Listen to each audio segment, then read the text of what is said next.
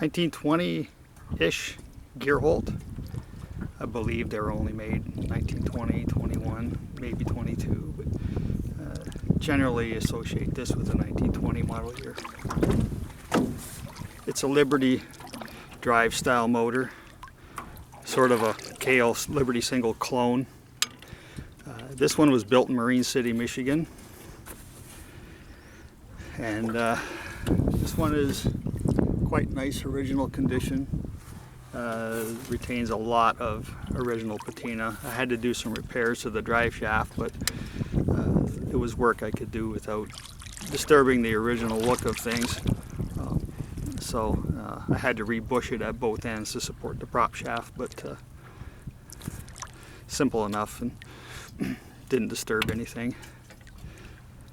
This one runs pretty well. I had it running yesterday for over an hour. Didn't really have any problem with it.